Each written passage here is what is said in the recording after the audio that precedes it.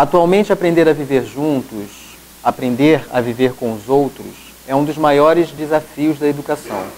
Para realçar ainda mais essa ideia, a opinião pública, através dos meios de comunicação social, torna-se uma observadora impotente, que acaba por colaborar na manutenção dos conflitos, tornando-se refém dos seus criadores.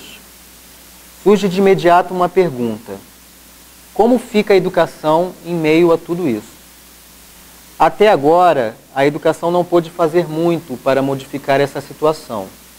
O que todos nós gostaríamos de prever é uma educação capaz de evitar os conflitos ou de, pelo menos, resolvê-los de maneira pacífica, através do desenvolvimento do conhecimento dos outros, das suas culturas e da sua espiritualidade. Na verdade, o que o relatório Delors faz, em relação a essa última parte da minha fala, ele coloca como uma questão que ainda surge sem uma resposta evidente, ou seja, como nós poderíamos conceber uma educação capaz de evitar os conflitos, capaz de resolver esses conflitos de uma maneira pacífica? Como desenvolver o conhecimento dos outros em meio a esse cenário de conflitos? E o desenvolvimento das suas culturas e da sua espiritualidade? Como fazer? A ideia de ensinar a não violência na escola é louvável. É mais um instrumento, entre outros, contra os preconceitos geradores de conflitos. Só que tudo isso se torna muito árduo e muito complicado de se efetivar, porque nós, os seres humanos, temos a tendência a supervalorizar as nossas qualidades e a dos grupos que pertencemos, o que favorece, às vezes, até inconscientemente, o preconceito em relação aos outros. Esse clima de concorrência acaba por atingir as atividades econômicas no interior de cada país. O que se prioriza, então, é o espírito de competição e o sucesso individual. Essa competição acaba por gerar uma guerra econômica implacável e uma tensão entre aqueles que são mais favorecidos e os pobres. As nações do mundo se dividem e as rivalidades ganham um caráter histórico. Nos últimos tempos, o que nós temos visto é uma atitude por parte da educação de contribuição, por vezes, em alimentar esse clima, devido ao fato dela não trazer em si, ainda perfeitamente, uma compreensão mais clara sobre o sentimento de igualar. O que há, talvez, é uma má interpretação. E o que se pergunta é, o que fazer para melhorar essa situação? Ou seja, o que fazer para interpretar melhor esse princípio? No campo da experiência, nós já temos provas de que para reduzir esse risco, não basta apenas pôr em contato e em comunicação membros de grupos diferentes.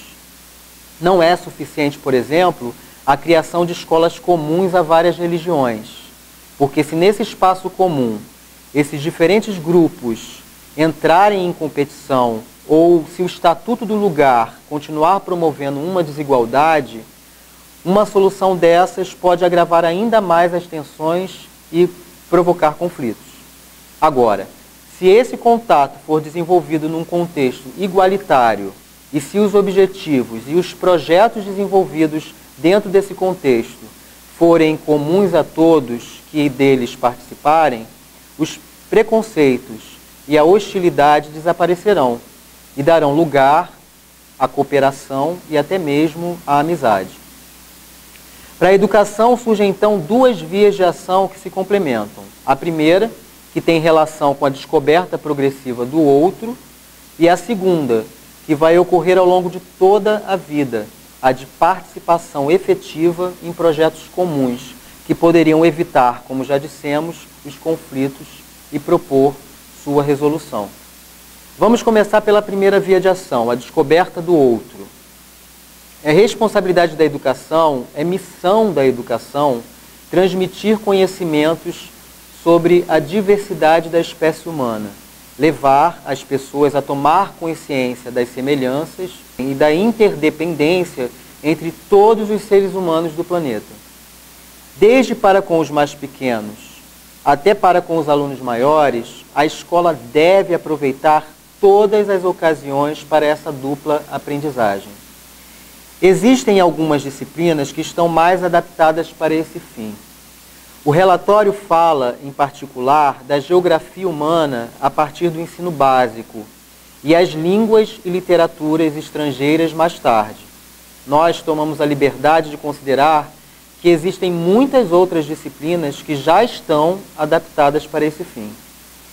Vale ressaltar que essa descoberta do outro, voltando para a primeira via de ação, começa pela descoberta de si mesmo.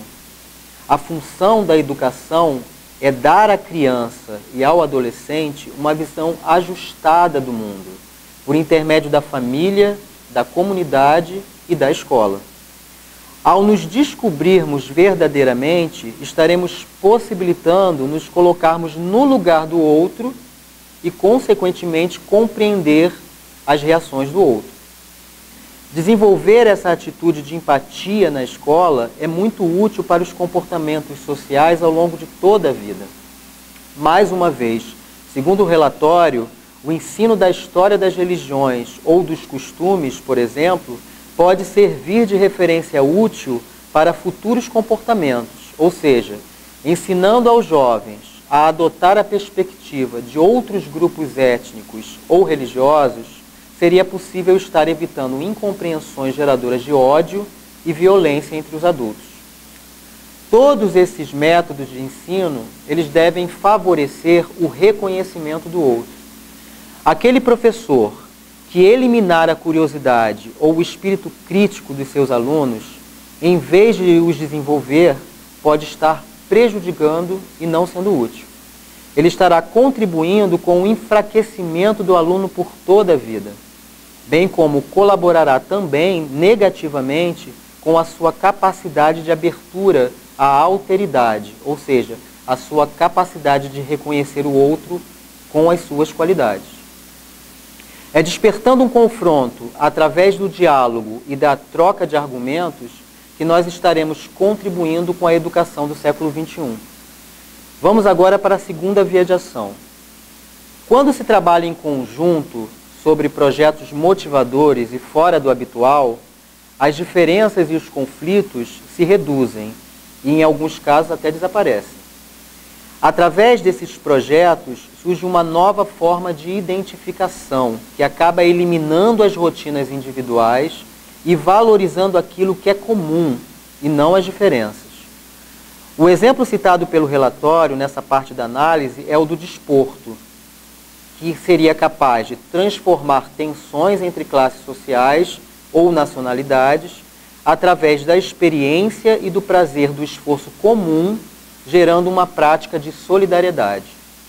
Fala-se também da solução que se poderia dar através dos projetos comuns no interior do setor laboral, o que intermediaria favoravelmente nos conflitos habituais existentes nas organizações hierarquizadas.